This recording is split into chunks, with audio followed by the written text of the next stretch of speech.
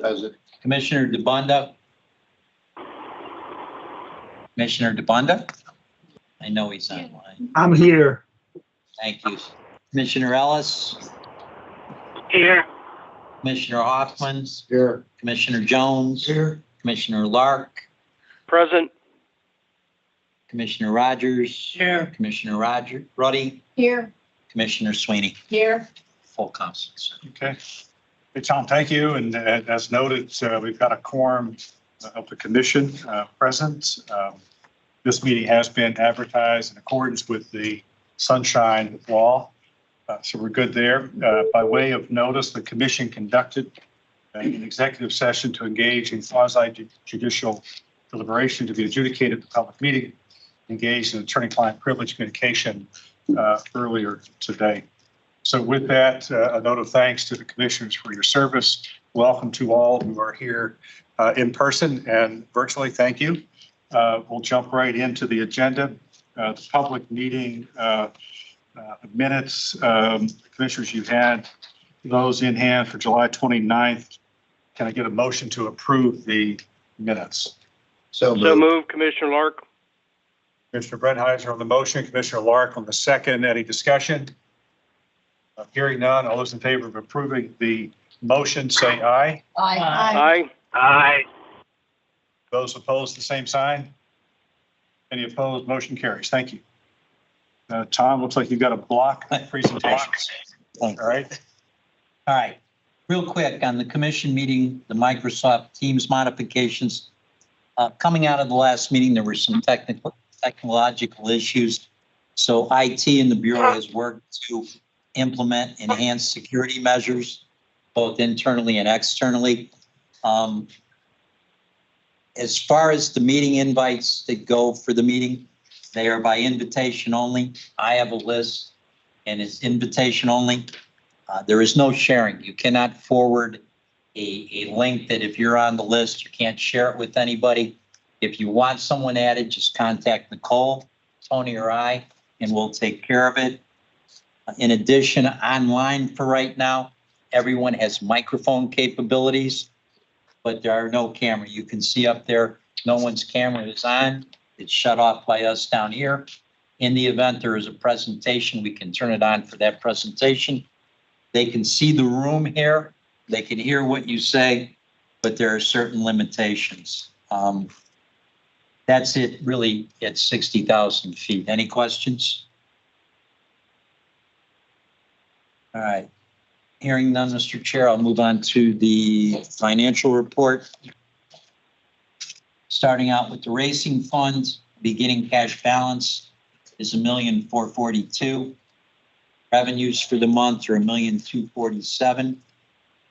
Expenditures are $1,637,000 for an ending cash balance of $1,053,000. One point before I get into the individual statements, as everyone's aware, there is no budget passed. So there's certain things that you'll see when I go through this. For example, revenue still comes at this time from the parimutuel taxes and the licensing fees on the commission side. There is no transfer from the Racehorse Development Trust Fund for the testing program.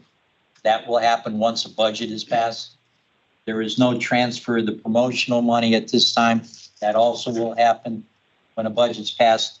And the three restricted accounts for the Thoroughbred Breeders Fund, Standardbred Breeders Fund, and the Sire Stakes, those funds are being transferred as usual on a monthly basis. So keep that in mind as I go through the financials. Starting with the commission, total revenue is $1,247,000. Personnel costs are $517,000. Total operating is $38,000. Total expenditures are $556,000. There's nothing in the operating that is out of ordinary or out of line. On the testing, as I said, there is no, at this time, racehorse development transfer. Personnel costs are $557,000. Total operating is $522,000 for a total expenditure of $1,080,000. As a note, the $455,000 for UPenn is the invoice that came in that we did not pay in 24-25. That is the May invoice. It is not an invoice for 25-26. It is part of what we identified last meeting in 24-25. Any questions? Moving on to promotions, there is nothing in the promotional, no revenue transfer from the Racehorse Development Trust Fund, and obviously no expenditures. Moving on to the comparative of this July versus last July. Total revenue is $1,247,000 versus $1,309,000. If you remember, there was a delay last year also with the transfers. Personnel costs are $1,075,000 versus $1,016,000, about a 6% increase. Total operating is $561 versus $617. Everything is fairly well in line there for total expenditures of $1,637,000 versus $1,633,000, which is basically flat with last year. And the last three obviously is the thoroughbred breeding, standardbred breeding, and the sire stakes. As you can see, the transfers did take place and have occurred. Any questions on the financials? Questions, comments? You're done, Tom? Moving on to the HISA status update. What I can tell you is I've had multiple conversations with HISA. I had hoped at this time to be able to identify the credits in the assessment. We're very close. I've got a call into Ms. Lazarus. Hopefully I'll get this remedied this week. Just an FYI, the extension that we've operated under expires on September 8th. We will be doing another extension to keep status quo with racing on the thoroughbred side in Pennsylvania. Any questions? Hearing none. Under the petrol suspension update, as everyone's aware, IWU suspended petrol's HEAL accreditation on July 8th. Petrol, in conjunction with the commission, is working with IWU to alleviate any potential deficiencies and resolve them. As we move forward, they're working together to do this. In the interim, industrial is handling the thoroughbred forensic testing. They are going to be paid out of the Racehorse Development Fund with funds that we had originally allocated for petrol to do that testing for the thoroughbreds. They're petrol not doing the thoroughbred testing will not receive any financial from the commission since they're not doing the thoroughbred testing. They will still receive payment from us for standardbred forensic testing, standardbred research, thoroughbred research. There'll be no double dipping. Any questions on the petrol suspension update? Next, the state fiscal year 25-26 marketing grant process update. First off, as you're aware, no budget. There's no transfer of the funds. That's one. Secondly, the comptroller's office wanted the grant process to go through an RFP. We have made numerous cases for the commission's position back in 2017. The importance of the industry participating in the marketing program, knowing that they know it best. We're working with procurement and downtown to revert back to that process. That we're working on. And hopefully we can get it to, as we've done it in the past, where marketing grants are signed, the allocation process, just like we've done it the last 10 years. I'll keep everyone informed. Any questions? Questions, comments? No? The next issue before I turn it over to Tony is the racetrack update, gate scanning and draw streams. I'll do the thoroughbred and Tony can do the standardbred. On the thoroughbred side, the commission wanted gate scanning for anyone who had a backstretch and draw streaming. At Presque Isle Downs, they're doing both the gate scanning of horses in and out of the backside, and the draw is being streamed. So that's done. Parks is gate scanning. They have been for a while. My understanding is today was the first day of the draw streaming. I'll hear later how that went. As far as Penn National goes, they are also gate doing the scans at the gate. They're working on streaming the draw. It ended up being a little more difficult than they originally thought. I anticipate that process will be done in the coming weeks. Count? Yep.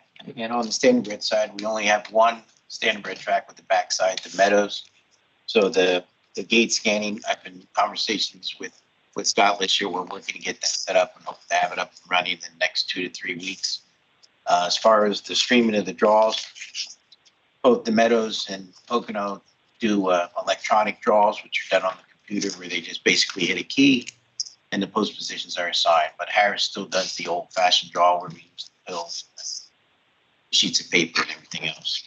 But we're still going to go ahead and move forward with streaming the draws at all 3 of the harness tracks. So hopefully in the next 2 to 3 weeks, we'll have that all set up too. So next item, I guess it's me. Okay. It's all yours. Thank you. 2 weeks ago, I attended the Racing and Gaming Conference in Saratoga, which is held every year in Saratoga. I went last year as well. There was a lot of discussion about the problems in racing and the future racing, as well as in gaming. I was surprised that there was as much concern on the gaming side, on the internet gaming, and how that has kind of hurt them, the brick and mortar casinos, and how concerned the gaming companies are with that, and how they're going to deal with it in the future.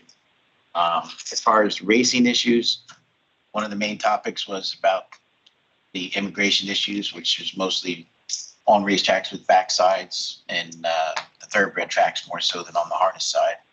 I'm sure you all remember about a month ago there was a raid at Delta Downs where 80-some people were removed from the track that were there illegally. The problem is there's only so many HB2 visas.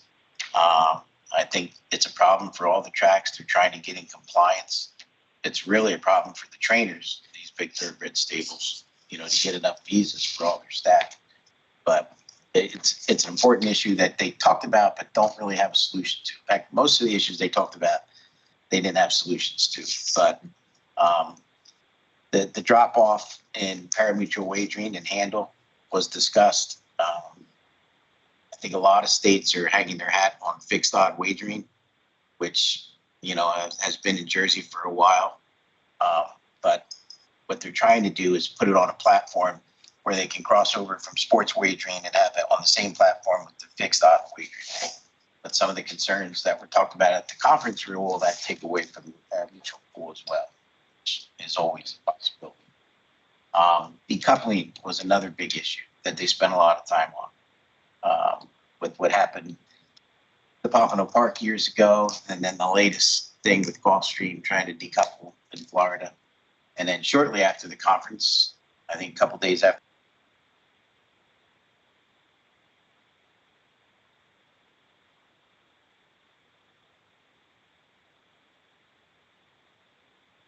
casino will still go, but there'll be no more racetrack. So there was some discussion, and I didn't bring this up in the executive session, I forgot about, but prediction markets. When you're talking about gaming, and I didn't even know this existed, but there are these things out here where you can make predictions and make wagers on. And the gaming companies are concerned about that, just as they are about skill games. And you all know about the skill games here in Pennsylvania and the issues that they have. So Bill Karstatsian, from the CEO from Churchill, he spoke. He was the keynote speaker, and he spoke about how well Churchill's doing and how they reinvest back into the company. But he also admitted that they have the Kentucky Derby. So that's why they're able to reinvest back into the company and how successful racing is in Kentucky. Then there was a lot of discussion about the traditions of the Triple Crown and whether it should stay the way it is for tradition's sake or if it should be spread out over a bigger period of time, say first Saturday in May, first Saturday in June, first Saturday in July. There was a lot of back and forth on that. The old-time traditionalists say, no, you can't change it.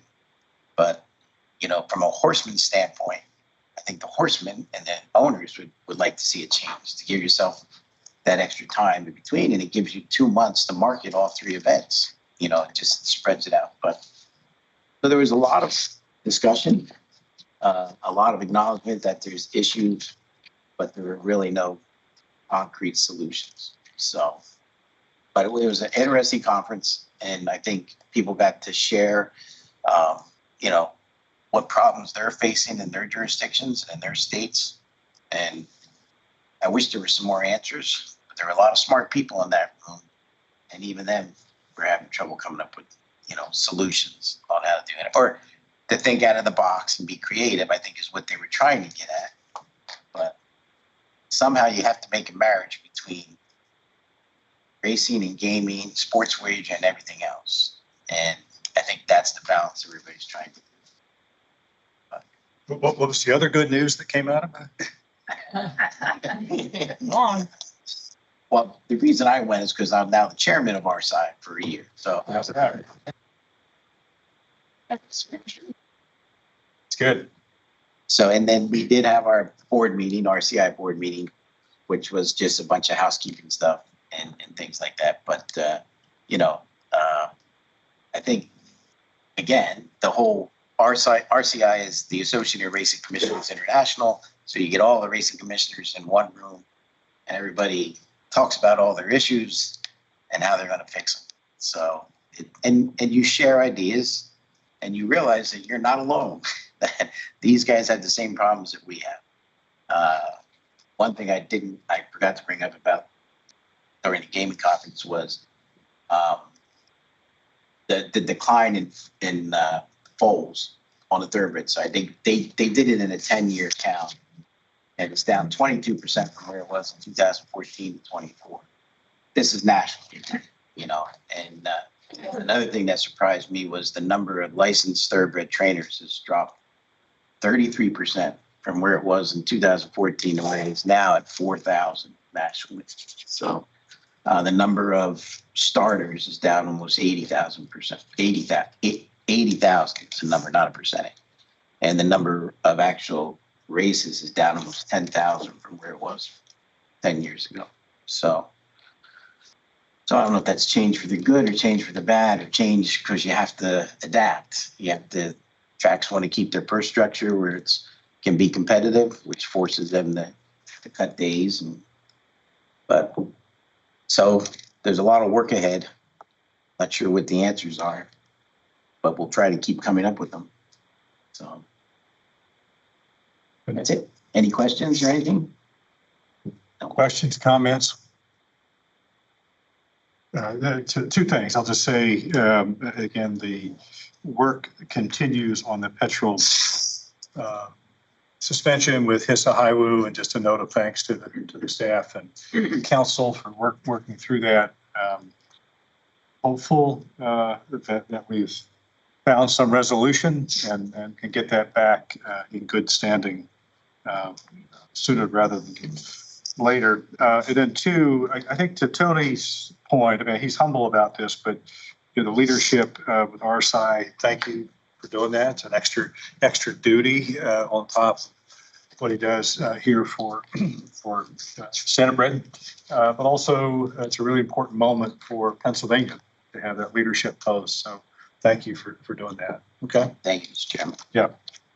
Okay. Anything else in the presentations? Any questions? Comments? Don't see any. So let's go to the administrative actions. Item number 9, we need a motion to approve simulcast calendars for September 2025 for Harris, Philadelphia, Pocono Downs, and Mohegan, and the Meadows. So moved. So thank you. Sorry. Dr. Sweeney? Yeah. That was your voice. Got it. Yes. All right, thank you. Yeah, the second. Darryl. Right. Commissioner Brennheiser on the second. We have a motion, the second discussion of the motion. Hearing none, all those in favor of approving the motion, say aye. Aye. Motion. Aye. Okay, any opposed? Any abstentions? Motion carries. Thank you. Item number 10, motion to approve simulcast calendars for September 2025 for Parks, Penn National, and Prescott. I'll make a motion to approve that, please. Yep. Commissioner DeBundo on the motion. Yep. And Commissioner Ruddy on the second discussion. Hearing none, those in favor of approving the motion say aye. Aye. Any opposed? No abstentions, motion carries. Thank you. Item 11, motion to approve Presque Isle Downs request to conduct a special Masters Night All-State Pick 4 on races 6 through 9 with a guaranteed pool of $50,000 to take place on Friday, September 19th. Thank you, Tony. A motion, please. Yep. Commissioner Hoffman on the motion. Do we have a second? Second. Commissioner Ruddy on the second. Discussion? Hearing none. All those in favor of approving the motion say aye. Aye. Aye. Those opposed, the same sign. Any abstentions? Motion carries. Thank you. Item number 12, motion to approve Presque Isle Downs request to conduct a special Masters Night Pick 5 on races 6 through 10, adding a guaranteed pool of $50,000 to take place on Friday, September 19th. Tony, thank you. A motion, please. So moved. Commissioner Rogers on the motion. Do we have a second? Second. Commissioner Jones on the second. Do we have a discussion? Any discussion? If not, all those in favor of approving the motion say aye. Aye. Aye. Aye. Those opposed, the same sign. Any abstentions? Hearing none, motion carries. Thanks. And the last item, motion to approve Harris Philadelphia request to change post time for Friday, September 19th and Friday, September 26th to 12:25. Thank you. Motion, please. So moved. Commissioner Ruddy on the motion, Commissioner Hoffman on the second. Discussion. Hearing none, all those in favor of approving the motion say aye. Aye. Aye. Those opposed, the same sign. Any abstentions? Motion carries. Thank you. Tony, back to you. Okay, back to the industry reports. Scott Lisher from the Meadows. Scott, do we have you? Yes, thank you, Tony. Scott Lisha, SCOTT, LI, S as in Sam, HIA, Director of Racing here at the Meadows.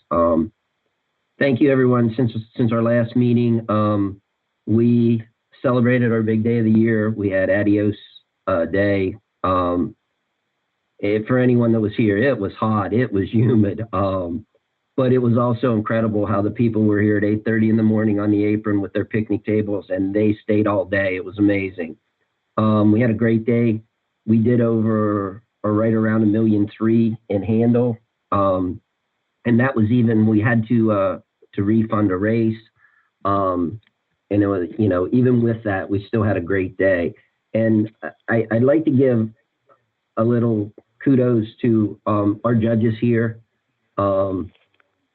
They were in a very perplexing situation, I'll say. I think they made the right call, as they do a lot of times, whether that means anything or not. But so many times they're sitting up there and there are so many different things that go on, and I don't think they get the credit that they deserve. I know that in speaking with them afterwards, they hated to have to do any kind of a refund, but at the end of the day, they made the right decision, as they do most of the time here. So I really appreciate the efforts that they put in on a daily basis, and I just wanted to let everyone know about that. On another note here, last week, we had some 2-year-old colts, pacers, for our sire stakes, and a Ronnie Burke horse, El Papi, set a world record. So 149-2 on a 5/8 mile track. So congratulations to him and everyone involved. That's quite an impressive feat. So we're moving through the rest of the summer here. Everybody's back in school, football season's starting, so we're all excited about all of that. And I did want to touch on one other thing as it related to the scanning. I know Mr. Salerno and I have had some conversations, and we're all on board with making it work. We do run into a logistical issue for anyone who's come here. On horses shipping in, our stable gate is right down off of the road. So whether it's I work with the racetrack manager or Mr. Salerno, and we can talk offline on that, we've got to figure out a way that works. So horses shipping out should not be an issue, but horses coming in, obviously, if we line up 2 or 3 vans, we're backing up traffic. So we'll have to figure something out there, and I'm sure we'll make it work. So thank you very much. Hey, Scott, thank you. I think the issue Scott's talking about with the judges was there was a race that was deemed a no contest due to an accident in the race. And it was a tough call, but it was the right call. There were horses that did not contest to the wire, which is the basic meaning of a no contest. And it was a tough decision to make on a big day like that, where you're hitting a lot of money and you got to refund big amounts of money, but it was the right call to do. So thanks, Scott. So our judges, I know they get blamed for a lot of stuff. They don't get credit very often, but they made the right call. So Mike Zullinger from Pocono. Mike. Thank you, Tony. Commissioners, it's Mike, M-I-K-E, Zullinger, Z-U-L-L-I-N-G-E-R. First of all, we had our Sun Stakes Saturday back on August 16th. I'd like to thank everybody who came out that day to make the day as good as it was. We had a super nice day for once here in Northeast PA, nice and sunny, not too hot, not too cold. Many things out on the apron, food trucks, activities for the kids. And handle that day, we were up over last year, did 1,016,000, so very happy with that. We had a couple super effective carryovers that really pushed those figures up. All of our guaranteed pools were hit, so very excited for that. As well, that day we set 2 world records and a track record here at Pocono. Track crew did a great job keeping the track in shape for the day. And I'd like to give a special thank you to Rachel from the PHHA for helping make the day the success that it was. So, other than that, moving into September, we're going back to 3 days a week, Mondays, Tuesdays, and Saturdays for the remainder of the year. That's all. Thank you. Okay, Mike, on behalf of the commission, I too would like to congratulate your track crew and your staff. It was a really great day. The weather cooperated. Rachel did a great job, as you said, but the track was just in perfect condition with the 2 world records and track records. So congratulations, Mike. Thank you. Barry Brown from Harris. Barry. Thanks, Tony. Barry Brown, B-A-R-R-Y, B-R-O-W-N, Director of Racing for Harris, Philadelphia. So in August, we went back to our traditional 3-day-a-week schedule that has proven to be much better for our entry box and full of fields. And we're moving into the fall now. We look forward to the Sire Stakes finals on the 5th of September and looking forward to the remainder of the season on a 3-day-a-week schedule. Thank you. Thank you, Barry. Joe Wilson from Parks. Joe? Yeah, thanks, Tony. Last week we came back from our summer break. Start with Owner's Day and then Smarty Jones and Catherine Sophia Stakes on Tuesday. And obviously we're preparing for, in a few weeks, we have PA Day at the races on the 19th and then PA Derby Cotillion on the 20th. Once again, we are partnering with Presque Isle Downs for the Keystone Double and the Pennsylvania Pick 4. So that's all I got, Tony. Let's hope you have some nice weather, Joe. Absolutely. We have Chris McErlane with us and Eric Johnson from Penn National. Chris? I'll let Eric take the business. Chris McErlane, C-H-R-I-S-M-C, capital E-R-L-E-A-N. I just want to take this opportunity to acknowledge Eric Johnson. Eric's retiring from Penn at the end of this month, but as you may have read, has jumped aboard at NYRA as the stakes coordinator there, starting in, I believe, October on that, which is a great feather in his cap. But I just want to acknowledge Eric, all his work since he came here in 2014, prior work when we were involved at Sam Houston starting in 2010, and he was there to open up that track back in the mid-90s. So Eric, I know, is glad to come home here to Central Pennsylvania 10 years ago to come to Penn National. We're glad he came and wish him the best of luck going forward. We appreciate all his efforts on behalf of National and Penn Entertainment. Thank you.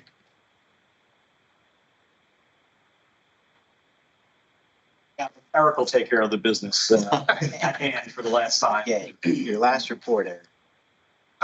Eric Johnston, ERICJOHNSTON, Director of Racing at Penn, for about 3 more days. As Chris mentioned, we had a heck of a summer. Very interesting trials and tribulations we didn't get to report on last month. Obviously, the Penn Mile was a challenge this year. We made a decision early on, once we saw what the weather was going to do, to relocate the Penn Mile 2 weeks afterwards. And when we got to that date, we had the same pattern as before and had to back it up for another week. So it was definitely one of the strangest things I've ever been involved in my horse racing career. But it worked out. We had a nice field of 5. It could have been better if we hadn't been able to run it the week before. But that's one thing I've learned. You can't beat Mother Nature. We tried it. We never will. So month of July was a good month for us. We had a great turnout for our camels and ostrich racing, and I still recommend any racetrack out there that can manage to do it. It brings people out like you cannot imagine.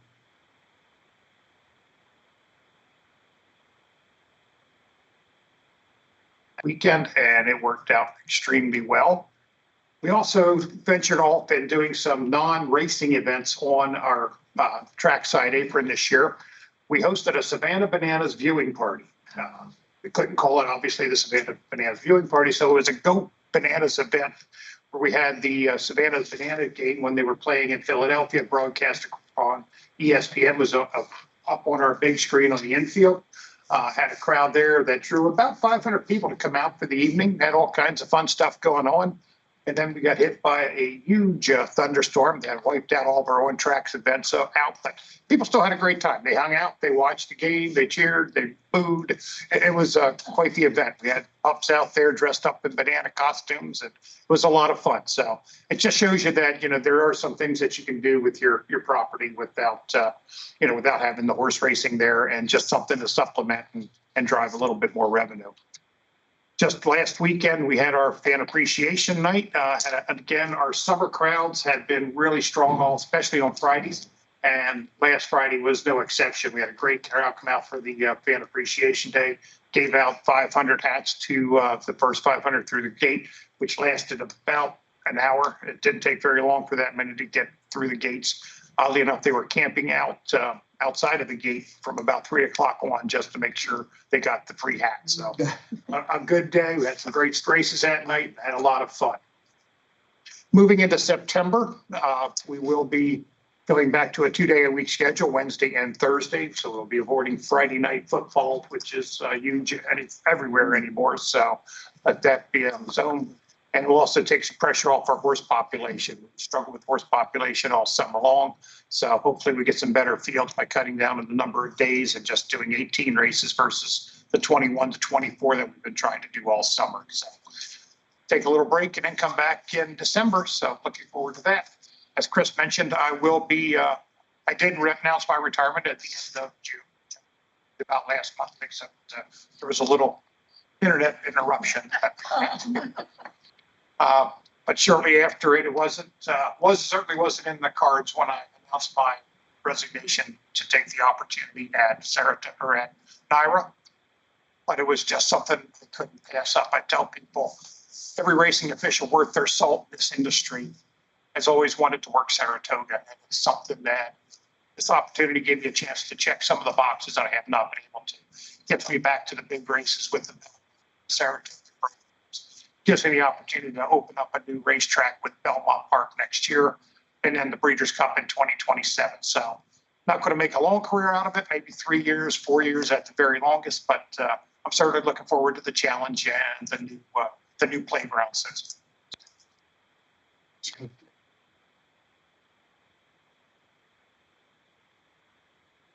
Okay, Matt Ennis from Presque Isle. Matt? Thank you. Matthew Ennis, M-A-T-T-H-E-W, last name E-N-N-I-S. I'm the Senior Director of Operations here at Presque Isle Downs. We continue to have success year over year. Through our latest race day yesterday, we were up 5.3 million in handle, or 21%. Our live attendance also, with a punt of our post time up a half hour, is up about 19%. So complete success year over year here at Presque Isle. As Joe Wilson mentioned, the partnership we've created with Joe and his team for Masters Derby Day here on the 19th and 20th of September is gaining a lot of momentum on our end here at Presque Isle, and as Joe stated, on his as well. Thank you, Commission, for approving the specials I wanted to do for the Pick 4 and Pick 5 with our own races here, in addition to combining those with Joe's big race and the guaranteed pools. We have t-shirts we're giving away. Joe's going to give me some hats from Parks. We're going to make it a PA push. So very excited for the Commission allowing us to do this for a second year promoting Pennsylvania racing. That is all I have. Thank you. Okay, Matt, good luck to you. Thank you. Sam Beagle, Sam for the PHHA. Sam, SAMBEEGLE. And good afternoon, Commissioners. Okonos is coming off a very successful Sun Stakes Saturday. And in September, we're going to be, we have the Sarah and the Stallion Series finals, as well as the last full month of fair racing, which will culminate in early October with the fair finals of Pocono. Okay, thank you, Sam. Donnell Mock from the MSOA. Donnell. Thanks, Donnell Mock, DAWNELLE MOCK. Like Scott said, Adios was a great day here. It was hot, but it turned out very nice. We got our coverage on Fox Sports, so I thought that was great that we exposed more people to harness racing here in Pennsylvania. So I got some good feedback on it. So excited to see what we can do next year. And then the last thing we have coming up is Sire Stakes finals here in September. So September 6th will be another big day, and maybe we'll see some new world records that we've been seeing. So that's it. Thank you. Okay, thank you, Donnell. Jeff Matty from the PTHA. Jeff. Thanks, Tony. First name is Jeff, Jeff. Last name is Matty, Matty. Just following up, Owners Appreciation Day was our first day back, August 18th. We had 164 entries on the day, and we gave away over $655,000. So it was a great event for our owners and our trainers to be able to participate, especially with the first day back as we move forward to Pennsylvania Derby Day. Again, I just want to extend the invite to all commissioners to our Pennsylvania Derby cocktail party, which will be September 19th. So if you come down for PA Day at the races, following the races, we will have our VIP cocktail party, which will launch us into the Pennsylvania Derby the following day. And at the cocktail party, we will have Presque Isle Downs up on the big screen to help promote the Keystone Double. So looking forward to that. And hopefully we see a bunch of you come the 19th. Thank you. Okay, thanks, Jeff. I know Todd is on a plane, so we won't have a report from him. Do we have Jim or Mike Simpson on from the Standardbred Breeders? Mike Simpson, MikeSimpson. No report today. Okay, thanks, Mike. Brian Sampertella, Thoroughbred. Brian. Good afternoon, Mr. Secretary, Commissioners, and staff. If you look at the first page of the handout, you'll see the slot revenues to the breeding fund. We are up year to date, a little over $1.2 million in revenues to the breeding fund. Some of that is the additional money that went in the month of July because there were no transfers from the Raceway Development Trust Fund, but we were still up like approximately $900,000 through the end of June. So hopefully that will continue. PA Day at the races, Joe Wilson and Jeff Matty took a couple of minutes to go over that, but that's on September 19th. We're trying something new this year. We usually had PA Day at the races approximately a month or before PA Derby Day. But we wanted to see how this would work by having a big weekend on September 19th. and PA Derby on September 20th. So all commissioners are invited. If you would like to go, just email me or let Tom know, and Tom will let me know. We're kicking it off on Wednesday with a joint golf outing at Ben Salem Country Club, kicking off the big weekend on Wednesday. The PTHA and the PHPA is going to have a nice golf outing where we usually do at Ben Salem Country Club. We also partnering with the PTHA on a raffle on a John Deere zero-turn mower. So that'll be on display on Friday and Saturday at the track. And if you, the chances for that will be $10 each. The value of the mower is approximately $3,500. So if you'd like to get them, chances, come on out, and you can get them on site. Or if you're not going to make it, let me know, and we'll send you them in the mail. So it should be a fantastic week, and we're going to have on PA Day at the Races 3 $100,000 stakes, and total I think it's going to be like 12 stakes on Friday and Saturday. So again, it'll be a great weekend. Thank you. Oh, Brian, Brian Sanfratello, Sanfratello. Hey, thank you, Brian. The chairman asked me to just give a quick fair update. So we've had 13 fairs so far this year. Tomorrow is Stoneboro at Commissioner Lark's backyard. And we'll have 5 more in August. 2 at Gratz, Bloomsburg, Crawford, and Dayton.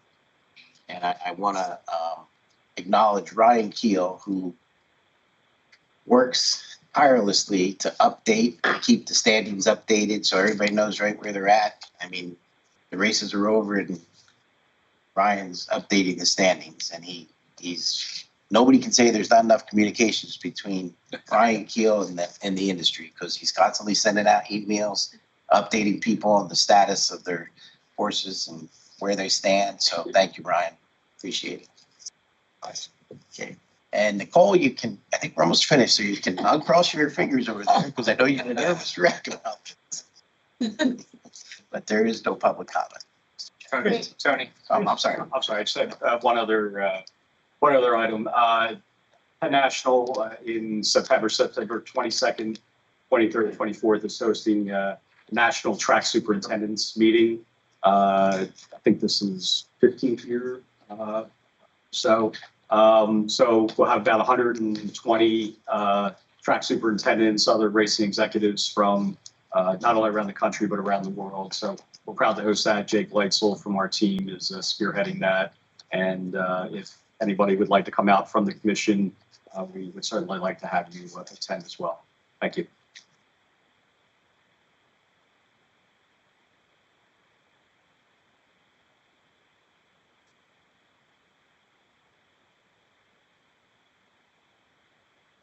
Standardbred breeders, horsemen, and owners to the Harness Horse Hall of Fame.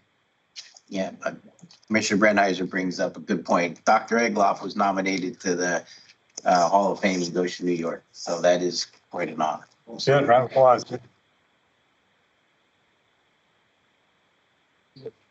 Other comments, announcements? Let me just, Nicole, thank you. I think everybody who was here last time was traumatized by what happened.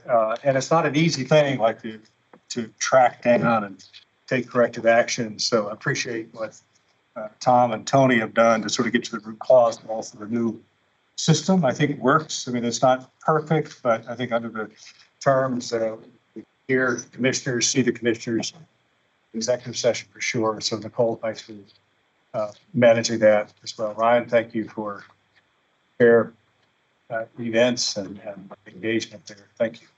Eric, good luck to you. Thank you. I can't believe it's been 10 years. So all the best to you in New York. That's hard to say, though, to say New York here in this state, but thank you. All the best to you. I appreciate it. Thank you. Yeah. And to the new world record holders, congratulations. When I started 33 years ago.